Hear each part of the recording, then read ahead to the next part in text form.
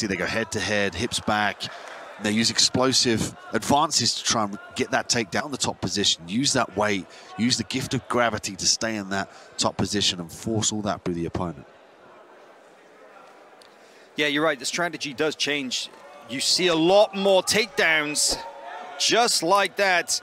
And that is a great follow-through off the initial drop Seoinage style. A little bit of just horsepower to finish it off in the wrestling scramble, and that is points there for Alkubaisi.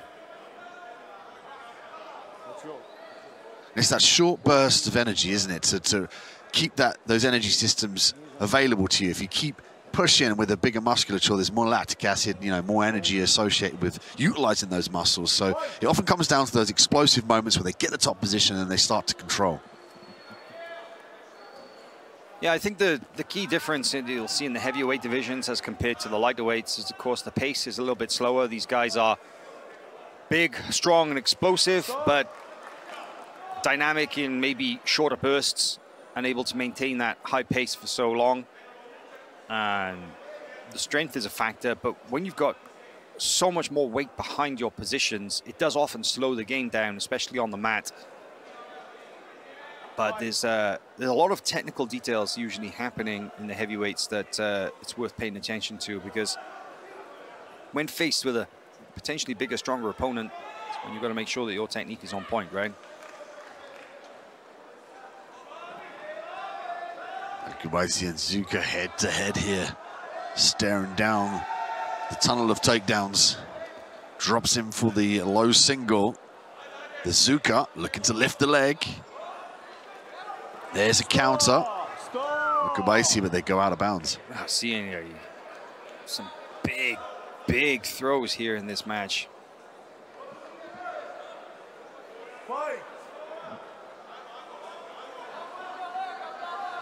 Zuka representing Bosnia and Herzegovina. Alkubaisi, United Arab Emirates. Zuka is based in the UAE, trains out of Banyas Jiu-Jitsu Club. We were actually talking to the coaches from Banyas Jiu-Jitsu Club this morning in our pre-event studio show where we were breaking down some of the action. Hibamar Santiago. He's been doing some great work with many of the coaches here, many of the athletes here in the UAE in his 9 years living in Abu Dhabi. It was interesting his take, wasn't it, on the trajectory of building an athlete in a short period of time. You know, the methodical approach to start to mold like a piece of clay, all the top techniques, you know, tailor their training to advance them through, not just through the belt system, but technically able to perform at the highest level. Minute 56 remains here. Alkubaisi with a 3-point lead. Zuka really needs to start thinking about pulling the trigger here. Even with a takedown, he's going to need an advantage point to even the score and be the last person on the scorecard. He's looking for the opposite side arm here.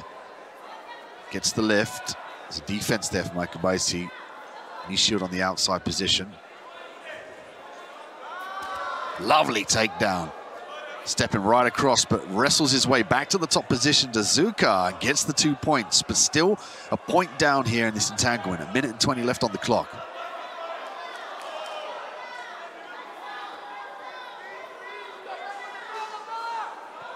Zuka manipulating his way to the back here. Looks like he's got one hook in. He's that second hook for the 4 points. Maybe looking for the choke. There it is.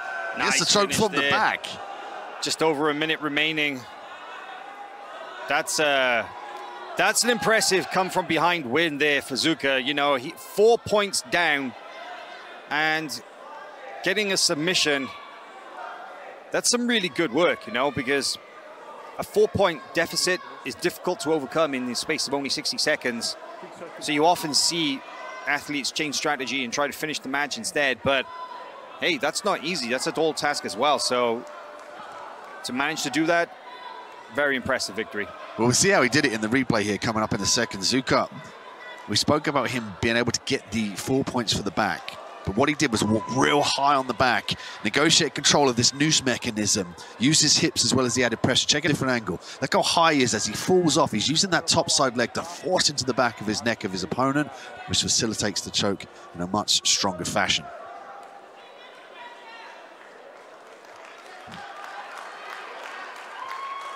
You're tuned into the Abu Dhabi Grand Slam Jiu-Jitsu live on TX7 Sports. Today we see the athletes in the professional division. We're celebrating 10 years of excellence and achievement on the AJP Tour. 10 years strong, 10 years proud.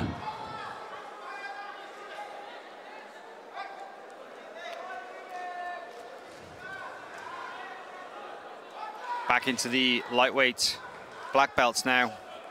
And we have UAE versus Brazil. We have Khaled Al-Shehi versus Yuri Hendricks. This is a semi-final in the under 62 kilogram division.